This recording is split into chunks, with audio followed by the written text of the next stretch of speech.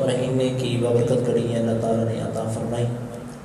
تو میرے عزیزوں، میں نے قرآن مجید فرقان حمید اس کی پہلی جو قرآن کی آیت نازل ہوئی، جو پہلی وحی تھی، وہ تھا اقرأ بسم ربک الذی خلق۔ سب سے پہلے جس بات کا حکم ہوا نا، وہ پڑھنے کا حکم ہوا۔ پہلی وحی جو نازل، 5 آیے کریمہ جو سب سے پہلے قرآن اگر ترتیبی نزول ترتیبی دیکھا جائے تو سب سے پہلے یہ قرآن کی آیت نازل ہوئی تھی، اقرأ بسم ربک الذی خلق، اپنی پاک پروردگار کے نام سے پڑھیے۔ ہمیں سب سے پہلے پڑھنے کے متعلق تلقین گئی گئی۔ تو میرے دوستو، یہ قرآن ایسی کتاب ہے جس کے متعلق امام الانبیاء سرور قرآن صلی اللہ علیہ وسلم نے فرمایا کہ جب بچہ، نوجوان، امتی ایک حرف پڑھتا ہے، اللہ اس کو 10 نیکی عطا فرماتا ہے۔ یہ قرآن کی بڑی عظمتیں ہیں۔ وَنُنَزِّلُ مِنَ الْقُرْآنِ مَا هُوَ شِفَاءٌ، یہ قرآن، اس کے اندر شفا ہی شفا ہے۔ میں یہاں ضمناً بات کر دیتا ہوں، ہمیں کوئی بیمار ہوتا ہے، ہم محلے کے ڈاکٹر کے پاس جاتے ہیں، وہ محلے کا ڈاکٹر چیک اپ کرتا ہے اور باری ہم لے کر 3-4 گولیاں اور 2-3 ٹیکے لگا دیتا ہے، ہمیں وہاں سے شفا نہیں ملتی۔ اب وہیں سے ہم سول اسپتال کی طرف غمزن ہوتے ہیں، وہاں سے شفا نہ ملی، ہم تھوڑا سا آگے بڑھے، گجرانوالہ کی سرزمین پہ چلے گئے، وہاں کے ڈاکٹروں کو علاج کے لیے چلے گئے، وہاں علاج معالجہ کروایا، شفا نہ ملی۔ میری بات کو ضائع نہ کرنا میرے عزیزوں، گجرانوالہ میں شفا نہ ملی، ڈاکٹروں نے علاج معالجہ کیا لیکن صحت نہ، پھر آگے لاہور کی طرف چلا گیا، لاکھوں روپے لاہور میں جا کر اس نے لگائے لیکن شفا ادھر بھی نہیں ملی۔ پھر اسلام آباد کی طرف سفر کرتا ہے، اسلام آباد کے بڑے بڑے ڈاکٹروں کے پاس جاتا ہے، وہاں علاج کرواتا ہے لیکن وہاں شفا نہیں ملتی۔ پھر وہاں سے بیرون ممالک کی طرف چلا جاتا ہے۔ میں نے کہا انسان تجھے کیا ہوا؟ کہتا ہے باپ بیمار ہے، باپ بیمار ہے، اس کا علاج کروانا ہے۔ میں نے کہا تو نے کہاں سے علاج کروایا؟ کہتا ہے محلے کے ڈاکٹر سے علاج کروایا، شفا نہیں ملی۔ میں پھر نوشہرہ کی ہسپتال اور ڈاکٹروں کے پاس کیا، علاج معالجہ کرایا لیکن شفا نہ ملی۔ میں نے کہا پھر؟ کہتا میں نے گجرانوالہ میں ہر ایک ڈاکٹر سے علاج کروایا لیکن شفا نہیں ملی۔ میں لاہور کی سرزمین پہ گیا، ایک ڈاکٹر سے علاج کروایا لیکن شفا نہ ملی۔ میں نے اسلام آباد گیا لیکن وہاں کے ہر ایک ڈاکٹر سے میں نے علاج معالجہ کرایا لیکن شفا نہ ملی۔ بیرون ممالک چلا گیا، لاکھوں اربوں روپے لگا لیے، گردے چینج کروا دیے، جناب من کیا کچھ چینج کروایا لیکن شفا نہیں ملی۔ میں نے کہا بدبختہ تو نے قرآن نہیں پڑھا، نبی کے امتی تو ہے، حضور کا غلام ہے، حضور کا کلمہ پڑھنے والا ہے، حضور کا غلام ہے، امتی ہے، تو نے قرآن نہیں پڑھا۔ وَنُنَزِّلُ مِنَ الْقُرْآنِ مَا هُوَ شِفَاءٌ، تو ان ڈاکٹروں کے پاس لاکھوں روپے لگا لیتا ہے۔ پھر بیرون ممالک سے ڈاکٹر نے کہا تیرا باپ کا علاج نہیں ہے، اس کی خدمت کر، یہ چند دن کا مہمان ہے، اس کو گھر لے جا۔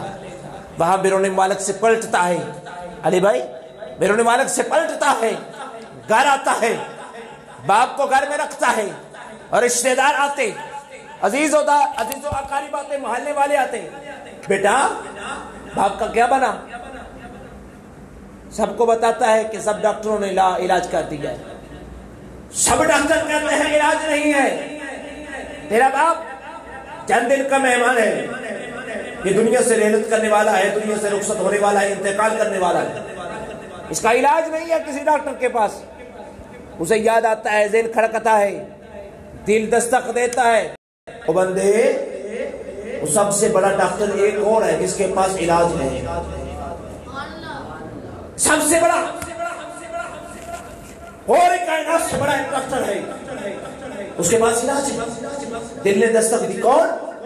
کہ تیری محلے کی مسجد کا مولوی، اس کے پاس علاج ہے۔ اس نے کہا محلے کا مولوی جسے میں دہے دیتا ہوں اس کے پاس علاج؟ کہا ہاں ہاں، جو مسلح رسول میں کھڑے ہوتا ہے، جس کے پیچھے تو نمازیں پڑھتا، اس کے پاس تیرے باپ کا علاج ہے۔ اس نے کہا یار میرے محلے کا مسجد کا مولوی، اور جسے میں سوچ سوچ کے صرف 10 دیتا ہوں، اعلان ہوتا ہے کہ مولوی صاحب کی خدمت کرنی ہے بھائی، کہتا کتنی کروں؟ 10 کروں، 20 کروں، 30 کروں، 40 کروں، 50 کروں؟ دل دستک دیتا، چل یار مولوی یہ کوئی گل نہیں، 10 روپیے دے۔ دل نے کہا 10 دیے۔ جس مولوی کے پیچھے تو نے نمازیں پڑھی، جس کے پیچھے جمعہ پڑھا، جس نے تیرے بچوں کو قرآن پڑھایا، جس نے تیری قبر نور کے ساتھ منور کی، جس نے تجھے صراط مستقیم پہ گامزن کیا، جس نے تجھے صراط مستقیم پہ کھڑا کیا، جس نے تجھے دین رسالت کیا پیغام دیا، جس نے تیرا دین نور کے ساتھ منور کیا، اس کو دینے کے لیے تیرے پاس 10 روپے ہے؟ یہ مولوی کی اوقات ہے؟ جس نے تجھے دین اور دنیا تیری بہتر کر دی ہے، آج اس کو دینے کے لیے تیرے پاس 10 روپے ہے؟ تیرا باپ دنیا کے سارے ڈاکٹروں نے لا علاج کیا ہے، لیکن یاد رکھ مسلح رسول پہ کھڑے ہونا مولوی جسے تو حقیر جانتا ہے، جسے تو حقیر جانتا ہے، اس کے پاس تیرے باپ کا علاج ہے۔ دوڑتا آیا، مولوی صاحب جی حضور میرے باپ کو ڈاکٹروں نے علاج جواب کر دیا ہے، کہا اس کا کوئی لا علاج نہیں، اس کا علاج نہیں ہے، اس کا علاج نہیں ہو سکتا۔ اس نے کہا اچھا تیرے باپ کا علاج ہو سکتا ہے؟ اس نے کہا کیسے؟ کہتا چل ابھی میں چاہتا ہوں، تیرا باپ ابھی ٹھیک ہو جائے گا۔ جسے تو حقیر جانتا ہے نا، جسے تو کچھ نہیں سمجھتا، اس نے کہا اٹھ تیرے باپ کا علاج ہے۔ کون کہتا ہے تیرے باپ کا علاج نہیں ہے؟ اٹھ تو صحیح۔ وہ باپ کے ساتھ وہ شخص اٹھتا ہے، اور جب وہ آیا اور باپ کے سرہانے وہ کھڑا ہوا، جب باپ کے سرہانے کھڑا ہوا، مولوی صاحب نے پڑھا لا یصدعون عنها ولا ينصفون، یہ قرآن کی آیت پڑھی تو اللہ تعالیٰ نے اس کی تمام دردوں کو ختم کر دیا۔ لا یصدعون عنها ولا ينصفون، قرآن کی یہ صرف آیت ایک مرتبہ پڑھ کے تیرے باپ کے جسم میں پھونک مارا تو تیرے باپ کی دردیں ختم ہو گئی۔ پھر تیرے باپ کو ورمے تھی، سوزش تھی، اس نے پڑھا وَإِذَا بَطَشْتُمْ جَبَّارِ، پھونک ماری، تیرے باپ کی ساری ورم سوزش ساری ختم ہو گئی۔ تیرا باپ کہتا ہے مجھے آرام آ گیا، تیرا باپ کہتا ہے میں ٹھیک ہو گیا۔ اور یار جسے تو حقیر جانتا ہے، اور جسے تیرے پاس دینے کے لیے 10 روپے ہیں، اس مولوی نے تو 1 روپے بھی نہیں دیا، تیرے باپ کی دردوں کو بھی ختم کر دیا ہے، تیرے باپ کی سوزش کو بھی ختم کر دیا۔ پھر تیرے باپ بولنے لگا مولوی صاحب مجھے بخار کی شکایت ہے، سردی لگتی ہے، ٹھنڈ لگتی ہے۔ مولوی نے کیا پڑھا؟ الحمدللہ رب العالمین الرحمن الرحیم مالک یوم الدین ایاک نعبد و ایاک نستعین اهدنا الصراط المستقیم صراط الذین علیہم غیر المغضوب علیہم ولا الضالین۔ پھونک ماری، بخار بھی اتر گیا، بخار بھی اتر گیا۔ کمال ہو گیا یار، ایک مرتبہ سورہ فاتحہ پڑھنے سے بخار بھی اتر جاتا ہے۔ یہ وظیفے تمہیں بتا رہا ہوں، اگر بخار ہو سورہ فاتحہ پڑھے، اگر دردے ہو تو سورہ باقیہ کی آیت لا یصدعون عنہا ولا ينزفون پڑھے۔ جی اگر جن پوت آ جائے تو سورہ فلق اور سورۃ الناس پڑھے، اگر سوزش پڑ جائے تو وَإِذَا بَطَشْتُمْ جَبَّارٍ پڑھ لے۔ وَنُنَزِّلُ مِنَ الْقُرْآنِ مَا هُوَ شِفَاءٌ، او بیلیو قرآن میں شفا ہے۔ ہمیں مولوی تب یاد آتا ہے جب لاکھوں روپے ڈاکٹروں کو لگا لیتے ہیں، تو اگر مولوی صاحب نہ مانگ لیں کہ بابا جی ابا جی تو ٹھیک ہو گئے نا، ہاں ٹھیک ہو گئے، تو یار کو ساڈی بھی سوٹ دی خدمت کر دو۔ مولوی صاحب قرآن کی آیتاں بیچتے ہو، تساں دین بیچتے ہو، جدو ڈاکٹراں لکھ روپے دیتے نہیں ادو نہیں یاد آیا؟ جن ڈاکٹراں نے تیرے باپ کو لا جواب کر دیا، لا علاج کر دیا، اج مولوی دے کول آئے ہیں، مولوی نے سورہ فاتحہ پڑھ کے پھونک ماری، تیرا باپ ٹھیک ہو گیا، اور مولوی نے اگر مطالبہ کیا خدمت کے حوالے سے، تو آج تو کہتا کہ دین بیچتے، کہ اس کا حق نہیں بنتا، اس کا بیوی بچہ بال بچہ نہیں، اس کا بھی حق بنتا ہے۔ میرے عزیزو یہ ہمارا عالمیہ ہے، ہمیں سب سے پہلے بیمار ہو جائیں تو ہمیں ڈاکٹر کے پاس نہیں مولوی کے پاس جا کے چاہیے۔ میں نے یہ جملہ کیوں بولا ہے؟ عبداللہ ابن عباس رضی اللہ تعالیٰ عنہ، آپ کی ایک چیز گم ہو گئی، زرہ گم ہو گئی، جنگی اسلحہ گم ہو گیا۔ جب جنگی اسلحہ گم ہوا نا تو آپ نے قرآن کھولا اور تلاش کرنا شروع کر دیا۔ میں ذمہ داری سے بات کر رہا ہوں، قرآن کھولا اور اپنی زرہ کو تلاش کر رہے ہیں۔ کسی نے پوچھا عبداللہ ابن عباس کیا کر رہے ہو؟ کہا اپنی زرہ جو گم ہو گئی اس کو تلاش کر رہا ہوں۔ وہ کہا بھائی وہ معاشرے سے تلاش کرو، کسی آدمی نے چرائی ہے، کسی شخص نے اس کو چرا لیا ہے، معاشرے میں جاؤ، تھانے جاؤ، وہاں ریٹ کراؤ اور ان تھانے دار کو کہو میری یہ چیز گم ہو گئی۔ معاشرے کے اندر سے تلاش کرو۔ توجہ، جب کوئی چیز گم ہو جائے تو معاشرے سے تلاش کرنا چاہیے۔ عبداللہ ابن عباس کہتے ہیں قرآن نہیں پڑھا، فی کل رطب ولا یابس الا فی کتاب مبین، اور قرآن میں ہر خشکی کا علم ہے، ہر تری کا علم ہے، کل کائنات کا علم قرآن کے اندر ہے۔ جب میری چیز گم ہوئی ہے میں قرآن سے تلاش کروں گا۔ بھئی جب قرآن میں سب کچھ ہے تو پھر میں تلاش کرتا ہوں قرآن میں۔ اگر مجھے قرآن سے نہ ملی نا تو پھر میں کہوں گا قرآن جھوٹا ہے، اگر قرآن سے مل گئی تو پھر قرآن سچا ہے۔ بھئی جب سب علم قرآن میں ہے تو پھر ہمیں قرآن سے تلاش کرنا چاہیے۔ تو آپ نے قرآن کھولا اور وہ صفات پڑھی کہ چور کی صفات کیا ہے، چور کیا، کیسے، کیوں، اس کی ساری ڈیفینیشنیں پڑھی، پھر اس کی ردت کو پڑھا، کہا اب سمجھ آئی ہے کہ چور کون ہے اور کیسے چوری کرتا ہے۔ یہ قرآن نے پھر وہ حدیں بھی بیان کی ہے، اگر کوئی چوری کرے اس کے ہاتھ کاٹ دو، پھر نہیں بعد آتا اس کا پاؤں کاٹ دو، پھر نہیں بعد آتا اس کا دوسرا ہاتھ کاٹ دو، پھر نہیں بعد آتا اس کا دوسرا پاؤں کاٹ دو۔ قرآن نے یہ حدیں بیان کی ہے۔ عبداللہ ابن عباس کی جب چیز گم ہوتی وہ معاشرے سے تلاش نہ کرتے، دنیا والوں کو بتایا قرآن سے تلاش کرتے۔ اچھا یار یہ بڑی عجیب بات ہے، بڑی عجیب بات ہے۔ ہم نے اردو کی کتاب پڑھی، 1 مرتبہ 2 مرتبہ 10 مرتبہ 20 مرتبہ 100 مرتبہ، دل اکتا جاتا ہے، کہتا ہے یار اب نہیں پڑھنی، دل اکسا جاتا ہے، کہتا نہیں پڑھنی۔ اور حاضر قیاس دنیا کی کوئی کتاب ہم 2 3 4 5 مرتبہ پڑھتے ہیں، پڑھنے کے بعد دل اکسا جاتا ہے، دل نہیں کرتا پڑھنے کو۔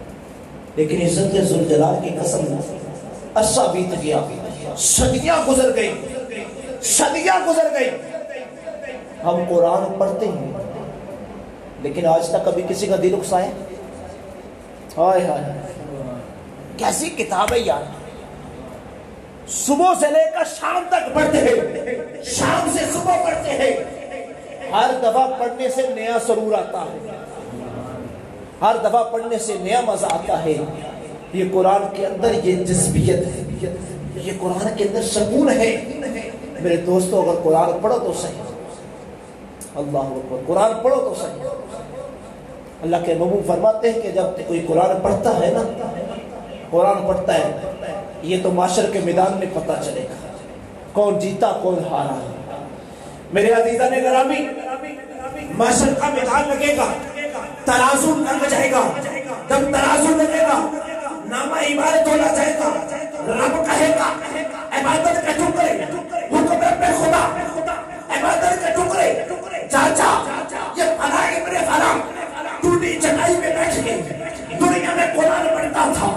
یہ قرآن صبح سے شام پڑھتا تھا, شام سے صبح قرآن پڑھتا تھا. میرے قرآن کتاب سے پیار کرتا تھا, عقیدت کرتا تھا, محبت کرتا تھا.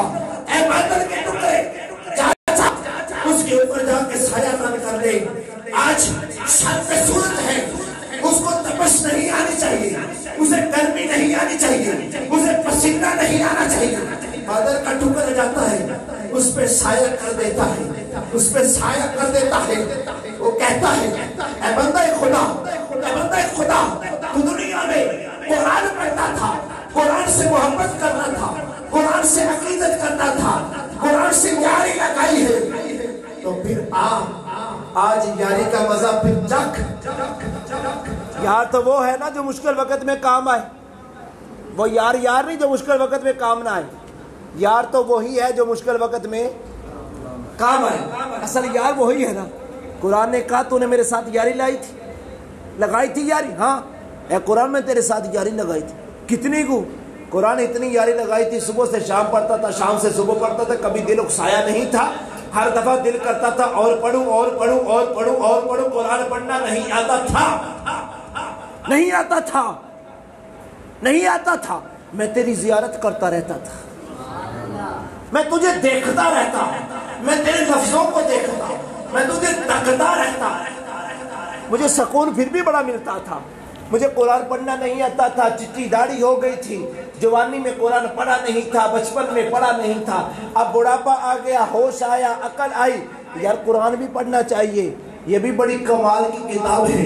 میرے آقا نے فرمایا جسے قرآن پڑھنا نہیں آتا وہ قرآن کو دیکھ لے, اللہ اسے ڈبل ثواب عطا. کہتا ہے اے قرآن مجھے پڑھنا نہیں آتا تھا, میں پڑھ نہیں تھکتا تھا, میں صرف دیکھتا رہتا. میں ایک پل بھی دور نہیں ہوتا تھا, ہر پل تجھے دیکھتا رہتا. قرآن کہتا ہے پھر بڑی یاری لگائی تھی. ہاں یاری لگائی تھی.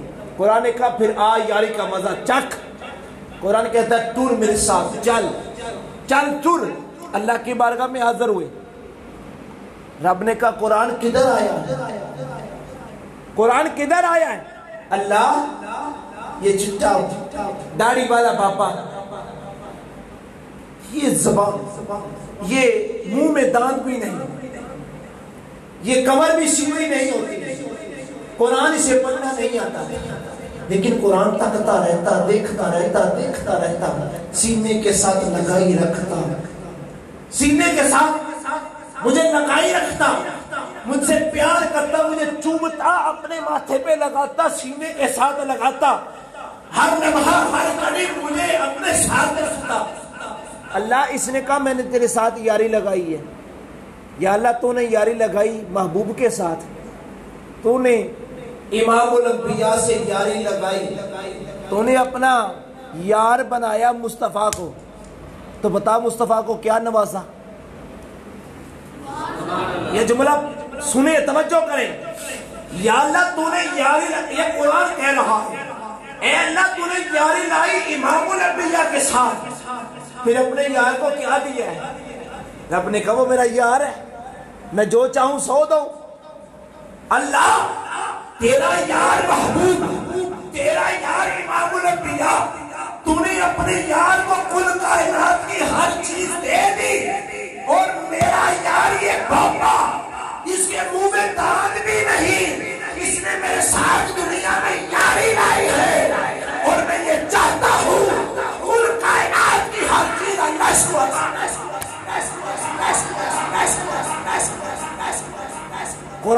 کیا چاہتا ہے؟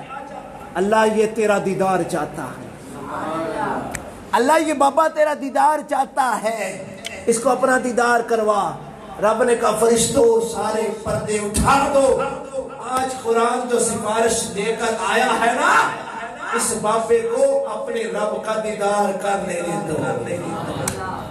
قرآن پڑھنے والوں، یہ تو اس کی شان ہے جو قرآن پڑھ نہیں سکتا، جو صرف دیکھتا ہے اس کی شان ہے، تو جو قرآن پڑھ لیتا ہے اس کا کتنا مقام ہوگا یار، اس کو کیا انعام ملنے والا ہے۔ حضور نبی کریم صلی اللہ علیہ وآلہ وسلم نے فرمایا کہ اس کو انعام کیا ملنے والا، سنو فرمایا محشر کا میدان ہوئے گا، اذا زلزلت الارض زلزالها واخرجت الارض اثقالها اذا السماء انفطرت واذا الكواكب انتثرت واذا البحار فجرت واذا القبور بصرت۔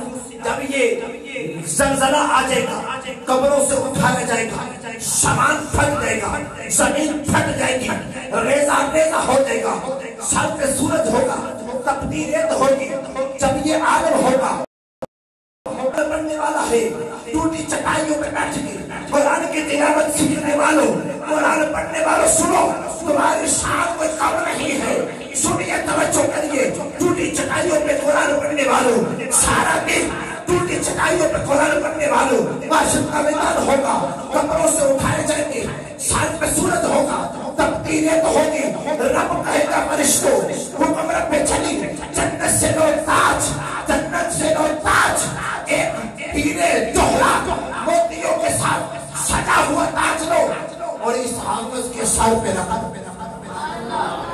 اس کے سر پہ رکھ دو۔ اللہ سر پہ رکھ دیں پھر کیا ہو؟ پھر وہ حافظ کے سر پہ تاج رکھے گا، رب کہے گا حافظ صاحب آؤ جنت میں چلے جاؤ۔ حافظ صاحب کہیں گے نہیں جنت میں نہیں جاؤں گا، جنت میں نہیں جاؤں گا۔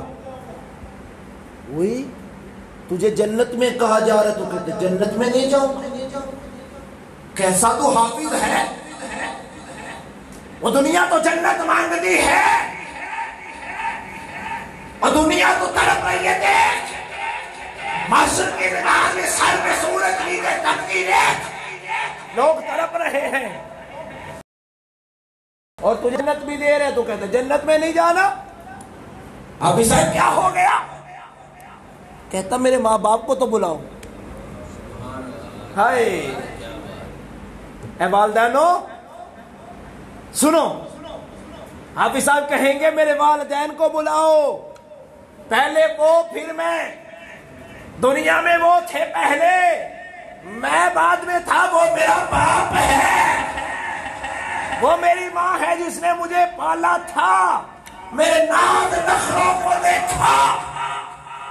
آج انعام کی بات آئی ہے تو میں اکیلا انعام لے کے چلا جاؤں؟ نہیں، جس ماں باپ نے میرے نخرے ناز دیکھے ہیں نا اس کو بھی بلاؤ۔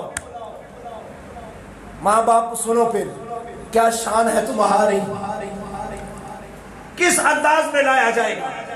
رب کہے گا یار میں نے اس کو اولاد دی، اولاد بڑی چیز ہوتی ہے، میں نے اس کو اولاد دی، اس نے کالج کے اندر داخل نہیں کروایا، سکول میں داخل نہیں کروایا، یونیورسٹی میں داخل نہیں کروایا، ڈاکٹر نہیں بنایا، انجینئر نہیں بنایا، دنیا نہیں لی، اس بیٹے سے دنیا نہیں مانگی، بلکہ اس کو مسند رسول میں کھڑا کیا، اس کے سینے میں قرآن ڈالا۔ اب اس باپ کو لانا ہے نا تو دلہا بناؤ، فرشتوں اس کے باپ کو دلہا بناؤ، دلہا بنا کے یہ اللہ برات کہاں سے لے؟ فرشتوں تم براتی بن جاؤ، فرشتوں تم براتی بن جاؤ۔ جب فرشتے براتی بن جائیں گے وہ باپ دلہا بن جائے گا، اب صلی اللہ کی صدا ہوگی، آئے کیا انعام ہوگا، صلی اللہ کی صدا ہوگی، وہ پتیاں یہ گلاب کی نہیں ہوں گی، وہ جنتی پھولوں کی پتیاں ہوں گی، وہ پھینکی جائیں گی، وہ باپ دلہا ہوگا، وہ جنت کی طرف جا رہا ہوگا، اب جنت کے قریب پہنچے گا، دروازے پہ آئے گا، رب کہے گا حافظ صاحب یہ باپ کو لو، ماں کو لو اور جنت میں چلے جاؤ۔ حافظ صاحب کہیں گے نہیں بھائی میں نے جنت میں نہیں جانا۔ حافظ صاحب اب کیا چاہیے؟ ماں باپ آ گئے، جس نے ناز نخرے تمہارے دیکھے وہ آ گئے، اب کیا چاہیے؟ حافظ صاحب کہیں گے وہ میرا بھائی جو بڑا تھا نا، وہ مجھے روز خرچہ دیا کرتا تھا، وہ مجھے خرچہ دیتا، میں قرآن پڑھنے جاتا، میرا بھائی میرا بوجھ لیا کرتا، میں نے اس کو بھی ساتھ لے کے جانا ہے۔ اب اس کے بھائی کو بھی لایا جائے گا، پھر وہ کہے گا میری بہن کو بلاؤ جو کھانا پکا کے مجھے مدرسے بھیجا کرتی تھی، جو میرے لیے پرونٹھے بنایا کرتی تھی، آج میں اس کو چھوڑ کے تو نہیں جاؤں گا۔ پھر اس کی بہن کو بلایا جائے گا۔ عزیزان گرامی اس طرح چلتے چلتے 7 پشتوں تک وہ سب کو اکٹھا حافظ کر لے گا۔ پھر کہے گا یا اللہ آخری بات رہ گئی، حافظ صاحب بس کرو، 7 پشتاں دے کٹھیاں کر رہی ہیں جو ہون کی رہ گیا، مگر آندے نہیں یار۔ حافظ صاحب کہیں دے اللہ وہ محلے دار جنہ مینوں مدرسہ بنا کے دیتا، جنہ نے انتظام و انصراف کیتا، جنہ بیٹھن واسطے چٹائیاں دے پیسے دیتے، پکھے واسطے انہوں نے پیسے دیتے، انتظام و انصراف کیتا، اللہ انہوں نے بھی بلایا جائے۔ رب کہے گا ہم معاشر دے میدان دے وچ رہن والے ہو، جامعہ نصرت الاسلام دے نال کیڑا کیڑا خدمت کردا سی؟ بندہ کہے گا یا اللہ میں سارے ہی آ جاؤ، سارے ہی آ جاؤ۔ اللہ کی ہویا؟ حساب و کتاب نہیں لینا۔ رب نے فرمایا حساب کتاب ہے۔ او حافظ پڑھتے سن جامعہ نصرت الاسلام دے اندر،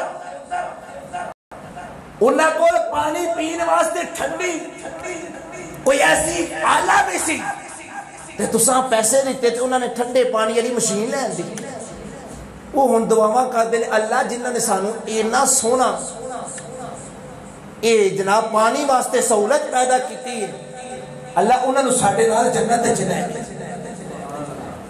جنہاں ساڈے واسطے چٹائیاں پیدا کیتیاں، جنہاں ساڈے واسطے سہولیات، انہاں حافظاں نے تہاڈی سفارش کیتی ہے۔ دنیا والو اس واسطے تہاڈے کوئی حساب و کتاب نہیں لینا، چلو تسی بھی جنت چلے جاؤ۔ حافظ صاحب انہاں سارے نو لین دے سارے نو جنت وچ لے کے ٹر جاتے۔ میرے عزیزو قرآن پڑھن والا کتنا بڑا مقام ہے۔ وقت ہو گیا نہیں تے میری گل ہجے بڑیاں نہیں، میری سنان نو دل کردا کہ تانوں سناواں۔ آخری گل سن لو۔ ایک سی عیسائی یہودی بتاں دی عبادت کرن والا، بتاں دے سامنے سجدہ ریزی کرن والا، توجہ کرنا، عمر ساری گزر گئی، چٹے وال آ گئے، کمر کھڑا نہیں ہویا جاندہ، سیدھا ٹیڑھی ہو گئی کمر، اولاد ویاہ دیتی۔ اس وقت او دے اتے پریشانی آ گئی، آندہ کہ چلو یار آج بت خانے چلنے ہیں، اور بت خانے جا کے اپنے خدا نو پکارنے ہیں کہ ساڈے اتے پریشانی آ گئی، اس پریشانی نو دور کیتا جائے۔ او بابا ساری عمر بتاں دے سامنے سجدہ ریزی کرن والا، بتاں دے سامنے چکر والا بت خانے آیا، آندہ یا صنم یا صنم، اے بت اس بیماری میں مبتلا ہوں، مجھے شفا عطا کر، اس پریشانی میں مبتلا ہوں، اس پریشانی سے مجھے نجات دے، یا صنم یا صنم یا صنم۔ رات سے لے کر پچھلی رات تک تہجد کے ویلے تک وہ بت کو پکارتا رہا۔ ایک لمحہ آیا، اونگ آ گئی، اونگ آ گئی، نیند نے زور دیا، جھٹکے لگتے ہیں، زبان سے نکلا یا صمد، زبان سے نکلا یا صمد، آواز آئی لبیک لبیک، آسمان پہ لرزہ طاری ہوا، فرشتوں نے کہا اللہ آسمان پہ لرزہ کیوں طاری، کیا ہوا؟ کہا بت خانے میں ایک شخص نے مجھے پکارا ہے، بت خانے میں مجھے پکارا ہے۔ اللہ بت خانے میں، اللہ اس نے نہیں پکارا، اللہ اس نے نہیں پکارا ہے، اللہ وہ نیند میں تھا، وہ اونگ میں تھا، ارادہ تھا نہیں، اس کی زبان پھسل گئی، صنم کہنا تھا صمد کہہ دیا۔ صنم کا مطلب ہوتا ہے پتھر، اور صمد کا مطلب بے نیاز خدا۔ یا اللہ وہ ساری رات بت صنم صنم صنم کہتا رہا، اس کی زبان پھسل گئی، صمد نکل گیا، اور تو نے لبیک کہہ دیا۔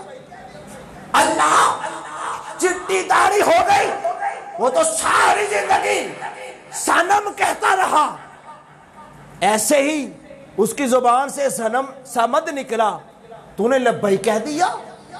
رب نے کہا فرشتوں جھوٹے اور سچے خدا کی پہچان کیسے ہو؟ وہ ساری زندگی بتوں کو پوچھتا رہا، جواب نہیں آیا۔ اگر اس نے صمد کہا ہے تو جواب اب بھی نہ ملے تو جھوٹے اور سچے خدا کی پہچان کیسے ہو؟ جاؤ فرشتوں جو مانگتا ہے نا اس کو دے دو۔ عزیزان گرامی توجہ کرنا، یہاں میں یہ بات آپ کے ذہنوں میں بٹھانا چاہتا ہوں، ساری عمر بتوں کو پوچھنے والا، زبان اس کی پھسل جائے، صنم سے صمد کہہ دے، اللہ کہتا ہے مانگ کیا مانگتا ہے۔ تو جو مسلمان ہو، جو نبی کا امتی ہو، جو حضور کا غلام ہو، حضور کا کلمہ پڑھنے والا ہو، وہ اللہ کو کہے یا صمد۔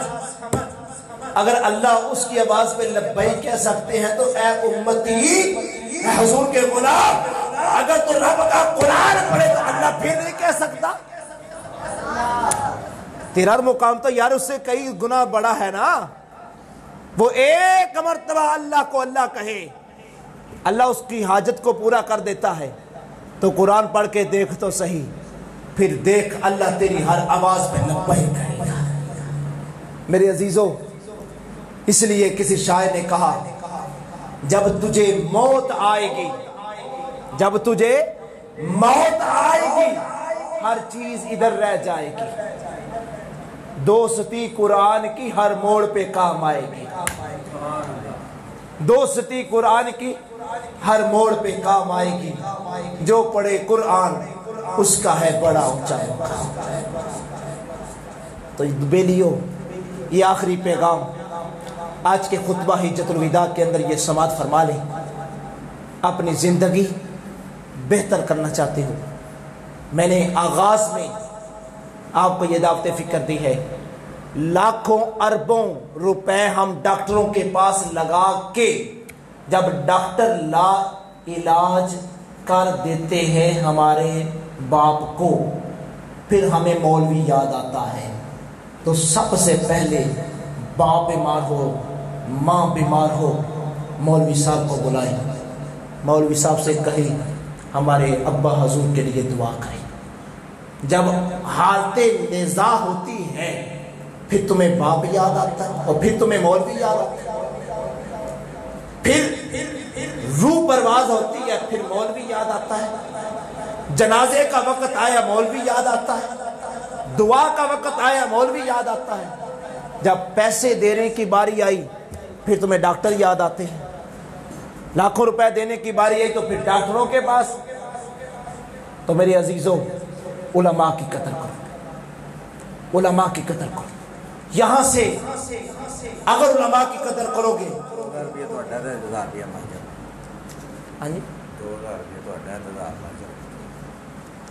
اللہ تعالیٰ آپ کا قبول فرمائے۔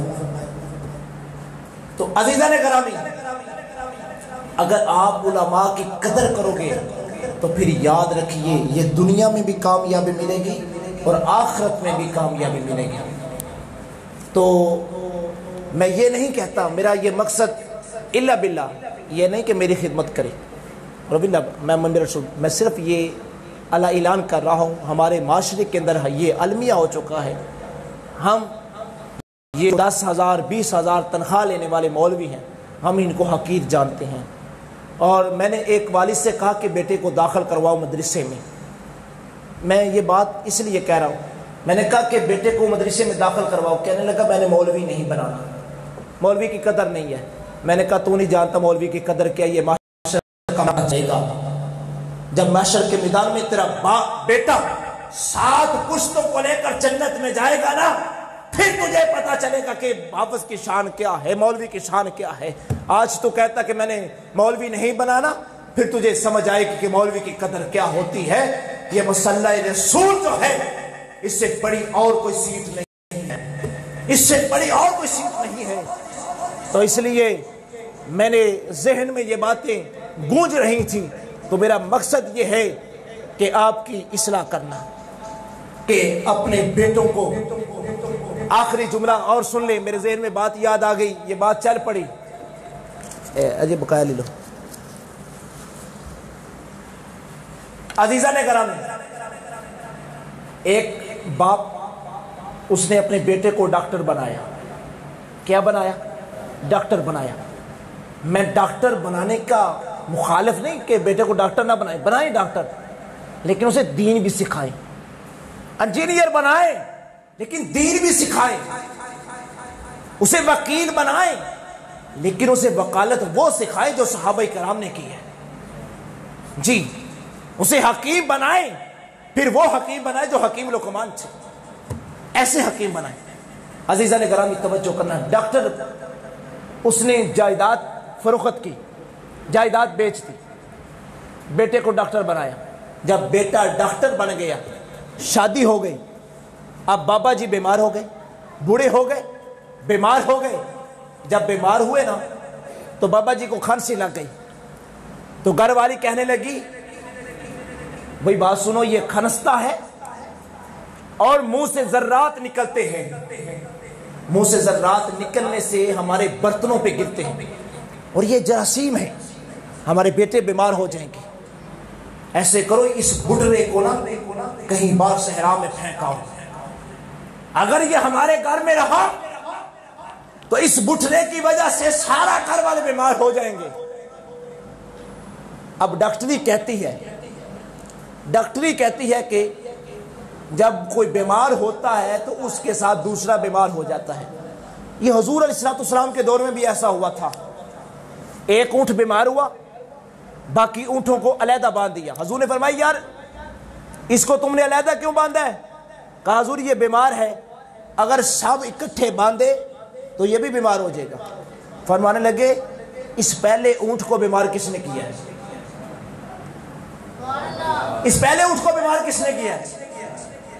کہا پتہ نہیں، کہا رب نے کیا ہے، اللہ کی جانب سے بیماری آئی ہے۔ اگر پہلے اونٹ کو بیماری اس جانب سے آئی ہے تو پھر ان کو اگر بیمار ہونا ہوا تو یہ بھی اللہ کی جانب سے آئے گی، ایسے نہیں ہے کہ اس کی وجہ سے بیمار ہوئے۔ عزیزہ نے گرامی، کہا کہ ہمارے بچے بیمار ہو گئے، بٹھنے کو اٹھایا اور باہر پھینکائے، صحرا میں پھینکائے۔ اس نے ترلے لیے بیٹا میں نے تو ساری جائیداد بیچ دی ہے، ایک پونجی بھی اپنے پاس نہیں رکھی، تجھے ڈاکٹر بنایا، آج میرے ساتھ یہ سلوک کر رہا ہے۔ دوسری جانب اس نے بیٹے کو حافظ قرآن بنایا، باپ بیمار ہو گیا، ریشہ پڑ گیا، ٹانگوں کے اندر ریشہ پڑ گیا، وہ حافظ کیا کرتا ہے؟ باپ کے پاس بیٹھ کے قرآن بھی پڑھتا ہے اور باپ کے ریشے کو صاف بھی کرتا ہے۔ اور جانتے ہو جو ریشہ ہوتا ہے، وہ پیپ جو ہوتی ہے اس سے دل خراب ہوتا ہے، ہاتھ نہیں لگایا جا سکتا، لیکن قربان چاہیے اس نے قرآن میں پڑھا ہے کہ باپ کی خدمت نہ کی تیری دنیا اور آخرت تباہ ہو جائے گی۔ اسے یقین ہے کہ قرآن نے بتایا ہے دین اور دنیا اور آخرت تباہ ہو جائے گی اگر باپ کی خدمت نہ کی۔ وہ باپ کے ریشے کو صاف بھی کرتا ہے اور صاف کرنے کے بعد قرآن بھی پاس پڑھتا ہے۔ اب باپ جی فوت ہو گئے، کلو نفس ذائقۃ الموت، اس نے کہا پیچھے ہٹ جاؤ، میرا باپ جنتی ہے، میرا باپ جنتی ہے، پیچھے ہٹ جاؤ۔ آج باپ کو غسل میں دوں گا، باپ کا جنازہ میں پڑھاؤں گا، باپ کو قبر میں رکھوں گا۔ میں اسلام آباد کی دھرتی میں گیا وہاں جنازے کے لیے، اب باپ ان کا فوت ہو گیا، کوئی بیٹا آگے نہ آئے، کوئی بیٹا، ایک ڈاکٹر تھا، ایک بریکٹیریئر تھا، ایک انجینئر تھا، ایک وکیل تھا، سارے بیٹے پاس کھڑے ہیں، قبر میں اتارنے کے لیے کوئی آ نہیں رہا، کیونکہ پینٹ شرٹیں پہنی تھی، اعلیٰ لباس پہنا تھا، وہ گندا ہو جانا تھا، مٹی کی تھی۔ میں نے کہا افسوس افسوس۔ پھر میں نے ان کو بٹھا کے سمجھایا، میں نے کہا اس باپ یہ وہ ہے جس نے ساری جائیداد بیچ کر تمہیں جوان کیا، تمہیں ڈاکٹر بنایا، انجینئر بنایا، وکیل بنایا ہے، اور آج باپ فوت ہو گیا۔ اور ہمارے محلے میں ایسے ہوتا ہے، باپ فوت ہو جائے تو غسل دینے کے لیے مولوی کو تلاش کیا جاتا ہے، مولوی صاحب کو بلاؤ، یار کیا تم مسلمان نہیں؟ تجھے غسل دینا نہیں آتا؟ کیا تم حضور کا امتی نہیں؟ آگے کھڑا ہو کر جنازہ پڑھا باپ کا، تجھے جنازہ نہیں آتا؟ سب سے بہترین وہ ہے کہ جو بیٹا اب خود جنازہ پڑھائے، بہترین عمل یہ ہے کہ بیٹا جنازہ پڑھائے۔ آج ہم مولویوں کو تلاش کرتے ہیں، مولوی صاحب آئے نا ابے جی دا جنازہ پڑھا دے جی، آپ پڑھائی ابے دی قبر دے آج کو بچے لے آیا جی 4 تے ابے دی قبر دے ذرا کو پڑھائی کر دیا جی۔ کیا تجھے قرآن نہیں آتا؟ خود قرآن پڑھ ابے کی قبر میں بیٹھ کے۔ اگر تو قرآن ابے کی قبر میں بیٹھ کے پڑھے گا، ابے کو سکون ملے گا، تو کب پڑھے گا؟ اگر قرآن آتا ہوگا، اگر دین کی سمجھ ہوتی ہوگی، اگر سخائی ہوگی، تو پھر ایسے ادارے ماں سے وجود میں آئے ہیں جو آپ کے بچوں کو قرآن کی تعلیم دے رہے ہیں۔ اپنے بچوں کی آخرت بہتر بنانے کے لیے ایسے اداروں میں اپنے بچوں کو داخل کروائیں تاکہ تمہاری بھی آخرت بہتر ہو اور تمہارے بچوں کی آخرت بھی بہتر ہو۔ عزیزان گرامی، اللہ کی پاک بارگاہ میں میری دعا ہے، اللہ وحدہ لا شریک ہم سب کو عمل کی توفیق عطا فرمائے، ہمیں ہر لمحہ ہر گھڑی قرآن کی پڑھنے کی توفیق عطا فرمائے۔ آخر دعوانا الحمدللہ رب العالمین۔